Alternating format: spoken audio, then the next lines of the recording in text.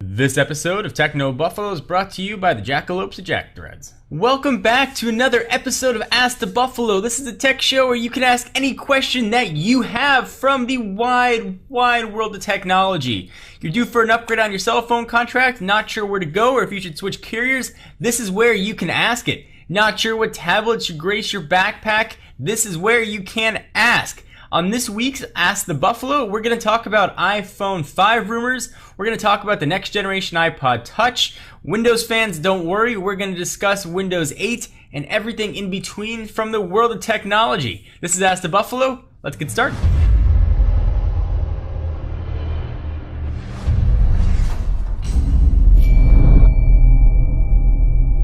Alright, so let's go ahead and jump right in. Our first question comes from user The Sequim Kid. He wants to know, hey John, I can upgrade in 3 months. Should I wait for the next iPhone or should I get an Android device from Verizon? You think the next iPhone will have 4G LTE connectivity? To you, I say yes.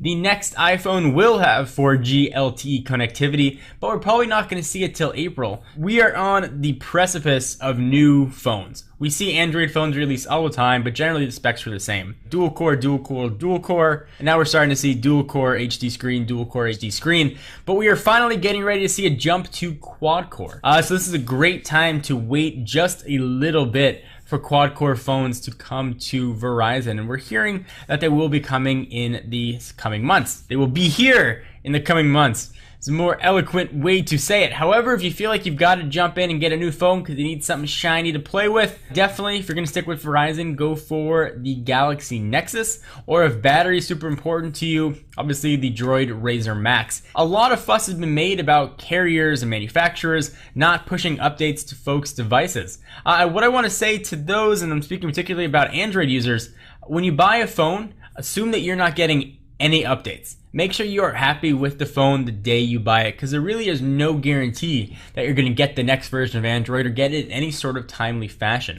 Incremental updates to Android are certainly wonderful, but they're not going to come to every single phone, every single screen size, every single resolution on every single carrier. Make sure you are happy from day one with your phone and assume that you could live with that phone as is for 2 years. And if your answer is yes, you're going to be very happy with your purchase. Alright, so our next question comes from Costas Villalopoulos. I'm sorry that I massacred your name. He simply asks, hey John, what's your opinion on Windows 8 for tablets? I am a huge proponent of Windows 8 for tablets. I've tried Windows 8 for tablets and it works really well. It's essentially a Metro UI skin sitting on top of what looks like a Windows 7 interface. If you're careful and you do it just right, you never have to see that Windows 7 interface, and you get what amounts to a giant Windows Phone 7 with desktop quality apps. And that's really the big thing here, desktop quality apps. People have been talking a lot about post-PC era. This brings all the capabilities of a regular PC, so what you get on your home desktop or your laptop, to a tablet without really any limitations. So I'm very, very excited about Windows 8 coming hopefully sometime in October-ish. Going from one hard name to pronounce to the next. And user Henry Sogsnesty wants to talk iPod Touch. Do you think the next generation iPod Touch will have Siri, at the very least voice dictation? Yes. I think most definitely it will have voice dictation. Surprisingly, we didn't see full-blown Siri make its way on the new iPad, just to avoid this voice dictation. Ordinarily, I'd say Siri's a no-brainer, but seeing what Apple did with the new iPad, I don't know. At the very least, you'll absolutely see voice dictation on there. So hopefully that helped answer your questions. And now is the time of the show when I get a chance to say thank you and tell you about some awesome stuff. And I want to tell you about the folks at Jack Threads. Only paying full price is for suckers. And you, and I can see you through this camera,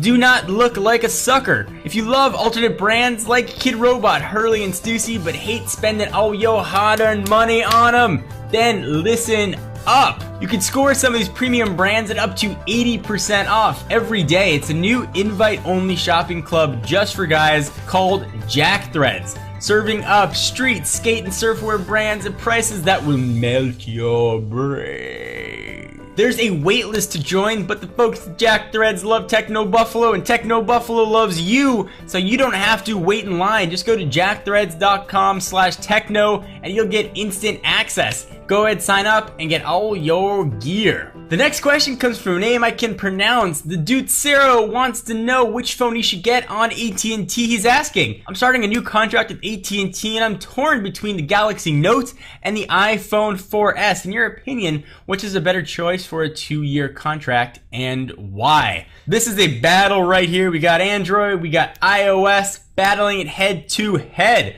If I had to pick one phone to use for 2 years, I would pick the Galaxy Note, primarily due to LTE connectivity. I love that giant screen on the Galaxy Note. I like having the option for the S Pen. I've just really enjoyed using the whole phone as a whole, and it's a great package. The iPhone 4S is a wonderful phone as well. It's got a great operating system. I'm not the biggest fan of that now seemingly small screen size, but you know, if iOS or you live in the Apple ecosystem is a great phone, with the lack of 4G LTE connectivity is definitely a big deal for me. So hopefully that helped answer your question. So our last question comes from user Josh, who wants to know, hey John, I was wondering when we're going to see a Techno Buffalo iPhone or Android app. I'll tell you a secret.